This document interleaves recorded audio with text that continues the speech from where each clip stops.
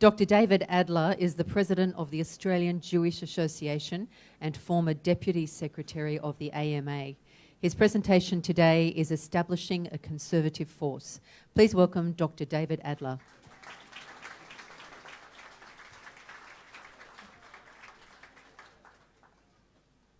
Well, what a wonderful event. And I want to thank the organisers for putting me on after lunch and after Craig Kelly. So I start with what should be a simple statement, but is actually now controversial. Good afternoon, ladies and gentlemen. Now, does anyone else find it amazing that that salutation should be regarded as controversial, but regrettably it is. So I'm going to tell everyone a little story, and it's got a theme of hope in it, and I hope that you can relate to some of it. It is about the formation of our organisation, the Australian Jewish Association, which was formed as a centre-right conservative organisation based on certain values for a community which did not previously have such a voice. And who knows, maybe it can inspire others. I mean, the Jewish community is not immune at all to the trend that has been described here a few times of the long march of the left through the institutions, identity politics, woke causes, we have our own culture war, and perhaps worst of all, an abandonment of some of our important foundational traditional values. Most Jewish organisations in Australia, to illustrate what I mean, supported 18C and its restrictions on free speech, when free speech is actually a fundamental Jewish value. They've supported same-sex marriage, even late-term abortion, and have abandoned some of the critical issues in advocacy for Israel, which we hold dear. Now, many in our community started to become concerned and agitated about this, including some of our leading rabbis and some of the people here today, and we decided to do something about it. So this story is about a group of people who stepped up. AJA was launched just over 3 years ago in 2017 and was quickly welcomed by some in the media, by politicians, by think tanks, by some Christian groups, and particularly by the centre-right and conservative commentators in Israel. Now, as everyone here knows, mainstream media is not particularly friendly to conservative voices. But nowadays, we do have access to the internet and social media. And the response has been extraordinary, and AJA is now the largest Jewish organisation on social media in this country. So on a micro level, what we have done is we've tapped in to the same phenomenon which has driven the election of Trump, which has driven Brexit and some other conservative successes around the world.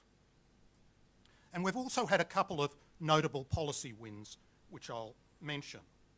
Now, if you believe that Western civilization and its foundation of Judeo-Christian ethics is important, Australia now has a principled voice to contribute to articulating the Judeo side of that equation. Now, Australia's had a long-standing, very positive relationship with its Jewish community. There were Jews on the First Fleet. Most people don't know that. And here's something else that you might not know.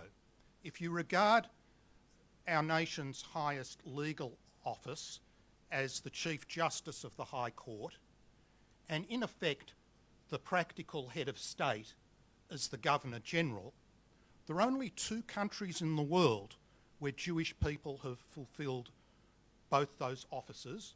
One is Israel and the other is Australia. I mean, currently our most senior figure in the political world, and I know he's copped a little bit of criticism here today, is the Federal Treasurer, Josh Frydenberg, part of the Jewish community. Now, Just last weekend, when we have Shabbat on Saturday, we read a portion of the Torah each week, and it happened to be the one where God tells Abraham to go to a land that I will show you, which is, of course, Israel. Now, that was read on the 31st of October. And if I ask you what else is important about the 31st of October, the answer is not Halloween. The 31st of October is the anniversary of the Battle of Be'er-Sheva. It's arguably the Anzacs' greatest victory in World War I, with the very famous charge of the Australian Light Horse Brigade that turned the mission in liberating the Holy Land, opened the road to Jerusalem, which was liberated 6 weeks later, which led to the British Mandate, which subsequently led to the re-establishment of a Jewish state in the land of Israel. So the Torah tells us that Abraham, as the first Jew, took the first few steps to Israel, and on the same day that we read that, we honour the Anzacs who assisted the modern reincarnation of that. Amazing. Now, if you visit Israel, and one of the things that I would recommend you do is you can see the Anzac Trail, various points around southern Israel which commemorate the Anzacs, and there is an Anzac museum in Be'er-Sheva. Now, CPAC also has a great tradition with the Jewish community. In America, there is always a large Jewish contingent, and Andrew Cooper alluded to the possibility that there will be a CPAC Israel. It would have happened this year apart from coronavirus, and we will be the Australian connection for it when it takes off, hopefully very soon. We support Israel, we support Australia as a free democracy. There is a principle which in Hebrew is Dina HaMalchut Dina, the law of the land is the law. We work to contribute within the Australian system. We don't seek to change it. So how does this impact on a variety of policy issues? I'll give you a quick overview. We're very strong for national sovereignty. If there's one thing you can learn from Jewish history, it's the vulnerability of not having a sovereign state. You should not relinquish your sovereignty. And not only do we see that in history, ancient history, of course the Holocaust with its dreadful toll could have been mitigated if there was a Jewish state for persecuted people to flee to.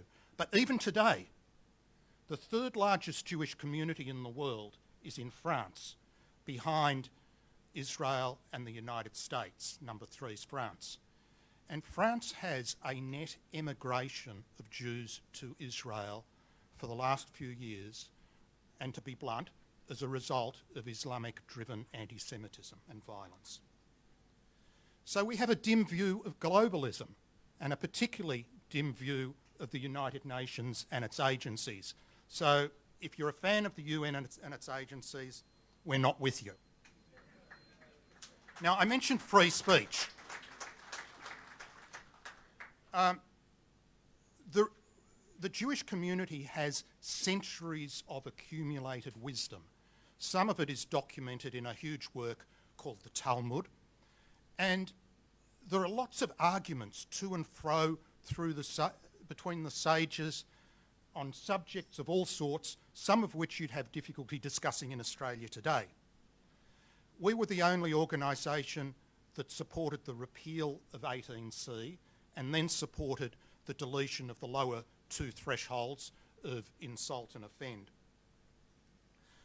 Now, today there's a really interesting issue in the media about free speech, and I'm sure you've all heard of the events around the Charlie Hebdo cartoons, the teacher in France who was holding a class on free expression and showed some of those cartoons, and for his trouble was hunted down and got his head cut off. Macron defending free speech and a great tension and more terrorist events. So I'm not going to get too biblical, but I'm going to show you an example of how we learn out a principle from traditional Jewish values? Can you insult religion? Can you criticise religion? I mean, that's the key issue. And there is a story in the Jewish Bible, in the Tanakh, for those of you who are biblical scholars of the Christian variety. It's in Kings 1, Prophets. And it's a story of when the Jewish people started to stray into idolatry of a group called Baal. And the spiritual leader at the time was Elijah the prophet. And he decides to set up a contest to demonstrate who has the real God. It's an altar lighting contest where there's an altar and Baal prophets have to call down a divine fire, and so does Elijah. So that's the scene. And the Baal prophets are not successful, and this is part of the recorded conversation. Elijah says to them, and I'll just quote this, "At noontime Elijah ridiculed them, and he said, 'Cry out in a loud voice, for he is God. Perhaps he is conversing, or pursuing enemies, or relieving himself. Perhaps he is asleep and he will awaken.'" Now, if Elijah was in Australia in 2020 and had made that case, chances are you'd have people like Gillian Triggs and Tim Softhoffson hauling him up before the Human Rights Council, having breached 18C of our Racial Discrimination Act. Just to touch on briefly a few other policy issues which you'll relate to. We don't understand why gender fluidity is being taught to kids. The value that we're taught is actually the opposite. There is a specific prohibition in the Torah of a man wearing the garments of a woman and vice versa. We learn it leads to moral degradation. The lesson you learn out is not one of gender fluidity, but that gender identity is important. Now, I have the disadvantage of having a medical degree when it comes to this subject, because I was taught that certain things are determined by your DNA, by your chromosomes, including the fact that you're human. I mean, if you look at the DNA of a human against an ape, against a pig, even against a frog, there's a lot of similarity. It's only small parts of it which determine the essence of who you are. If you have an XY chromosome, you're a male. If you have a YY, you're a female. You can't change that. Gender fluidity makes as much sense as species fluidity. I mean, you might be short and tomorrow you want to identify as a giraffe. Good luck to you. We call out anti-Semitism from all its sources. It's very easy for people to call out the neo-Nazi type anti-Semitism. We will call out also the Islamic anti-Semitism and the anti-Semitism of the left, which unfortunately is growing. We see it in the Democrat Party of the US, so it's one of the reasons we have a view as to what the result should be today. We have clear support for Israel and Jerusalem as the eternal capital, and frankly it's well past time that Australia got on board. Now, we do have a signature success issue, and we have managed to influence and change government policy on foreign aid given in the category that Australia was giving to what's called the Palestinian territories. And I had the cover story of the Spectator magazine in March 2018, which had a picture of a guy face down in a pool of blood. He had a kippah with a Star of David on it, so he's obviously Jewish, and stabbed into his back was a $100 note, an Australia $100 note. We were demonstrating the nexus between the money and the terrorism. After quite an intense campaign, then Foreign Minister Julie Bishop announced that Australia would stop giving cash grants to the Palestinian Authority. And just a few weeks ago, we had our second success in this area after meeting with a dozen MPs and senators and demonstrating that one of the UN agencies called UNRWA in the area were actually teaching in schools in a way that incites and supports terrorism. Australia has halved its UNRWA funding in the last budget from $20 million to $10 million. It should be zero, but at least we're heading in the right direction. Now, it hasn't always been... I should thank Senator Eric Abetz is here, and he was particularly helpful in raising these issues at Senate estimates committees. He was like a bulldog with DFAT bureaucrats in front of him, and so thank you, Eric. It's much appreciated. And I think the vast majority of Australians, unless you are a real extremist, would not want us giving our money to any entity that remotely supports terrorism, and it should be a no-brainer. Borrowed, absolutely, now, particularly. Now, it hasn't been smooth sailing.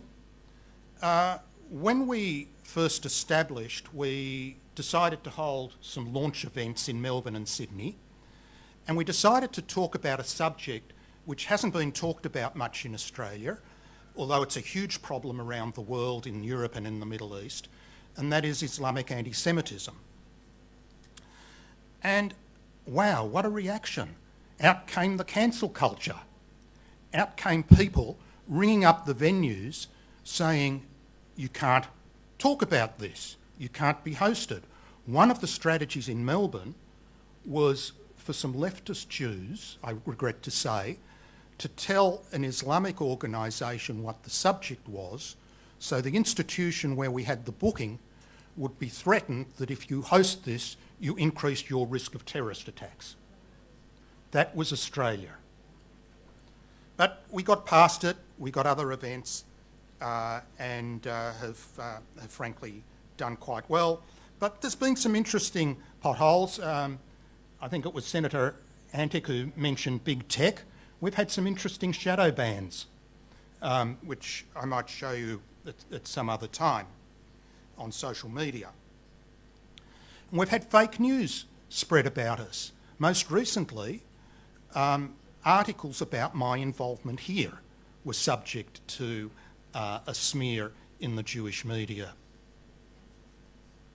But the best thing of all, and what makes it worthwhile, is that when people from the AJA team in Sydney or Melbourne go to Jewish facilities, go to events, we get people coming up to us all the time saying, thank you. Thank you because you are now articulating on a principled way that we can relate to.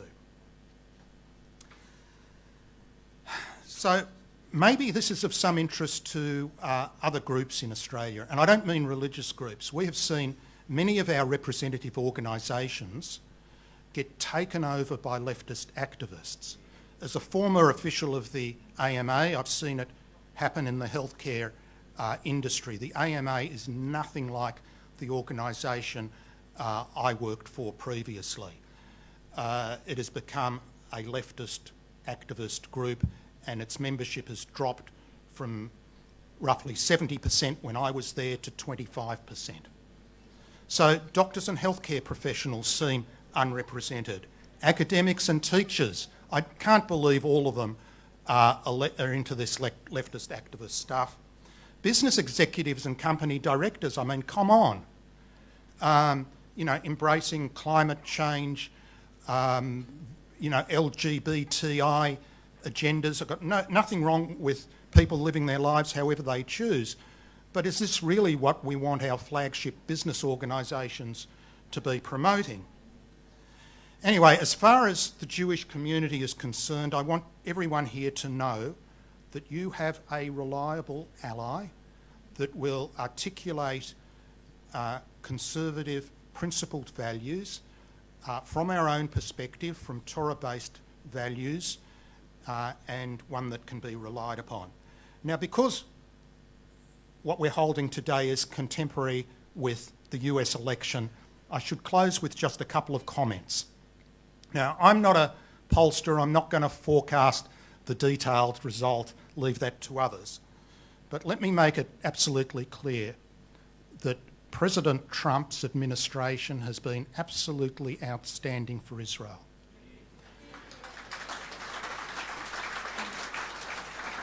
Some of the big things you know about, crimping the activities of Iran, recognising Jerusalem, moving the embassy, recognising the Golan Heights, and perhaps biggest and most recently, 3 extraordinary peace agreements involving UAE, Bahrain and Sudan. No president has done more in the pursuit of Middle East peace. I understand people have reservations about his style and his quirks, but we're electing him for his policies, not for his personality. And the final thing is that a group of 6 rabbis, senior rabbis from Israel, wrote an extraordinary letter. And I'll just read the last sentence. If you care about the state of Israel, if you care about world peace, please vote for Donald Trump. To you, it is a ballot. To us, it is a question of life itself. Chazak, chazak, v'nit chazek, be strong, and may we be strengthened. Thank you.